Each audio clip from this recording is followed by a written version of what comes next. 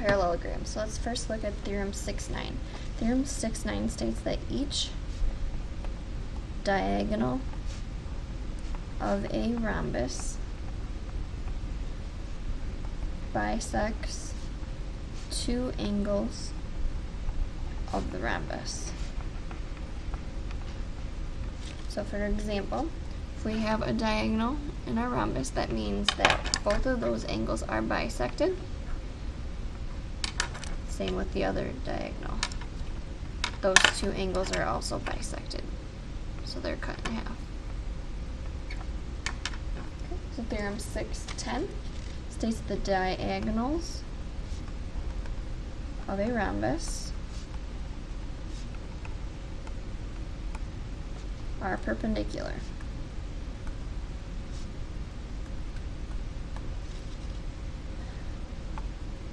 So in our rhombus, when our diagonals are there, they're perpendicular, so that means that they all form a 90-degree angle. So let's look at some examples. Example 1, we want to find the measure of the numbered angles. So we know, I know it's not asking for it, but we know this is going to be 130 degrees because the opposite angles in a rhombus are congruent. So if these are 130 degrees, we know that this angle and this angle have to add up to be 180, and those two and those two. So we know this whole angle has to be 50 degrees, and this whole angle has to be 50 degrees. So we know this is our diagonal, and we know that diagonals of a rhombus bisect the angles. So if this is 50, that means these two are both 25, and those two. So angles 1, 2, 3, and 4 are all 25 degrees. So let's look at example 2. We want to find the values of x, y, and z. If we look at the measure of angle 1, we know because diagonals in a rhombus are perpendicular, so that means angle 1 has to equal 90 degrees. We also know that it equals 4x. So I'm going to write that equation. Angle 2, I also know is 90 degrees, and it also equals 5y minus 20.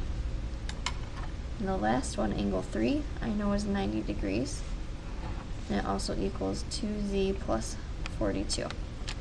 So now that we have our equations, we can solve for all three. So we can divide both sides by 4. So x equals 90 divided by 4, which is 22.5. To solve for this one, we can add 20 to both sides. 90 plus 20 is 110. Divide both sides by 5. 110 divided by 5. Y equals 22. And our last problem. Subtract 42 to both sides. 90 minus 42 is 48. Divide both sides by 2. 48 divided by 2 is 24. So z equals 24. Let's take a look at our other special parallelogram, which is a rectangle. And that theorem, theorem 6.11, states that the diagonals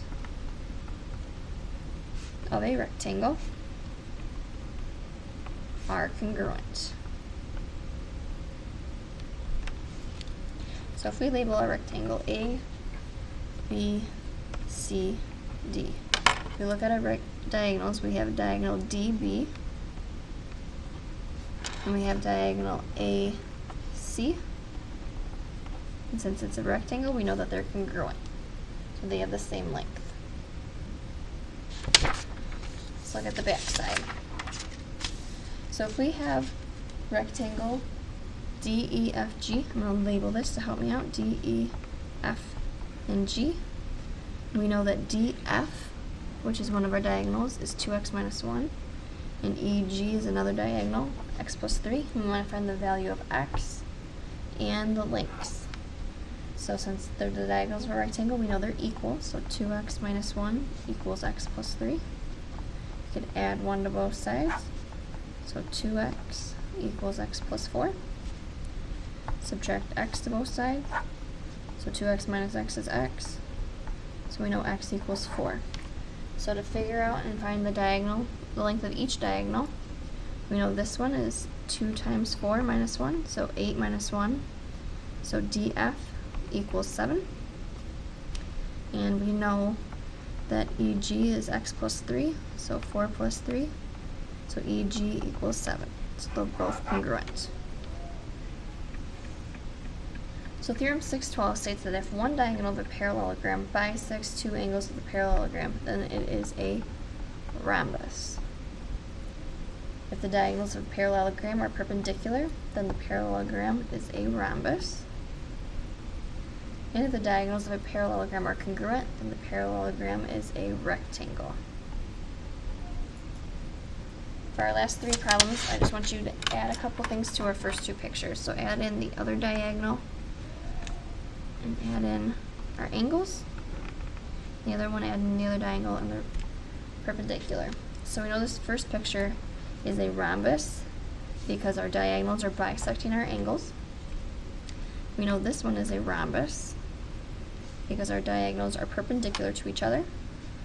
And this is a rectangle because our diagonals are congruent.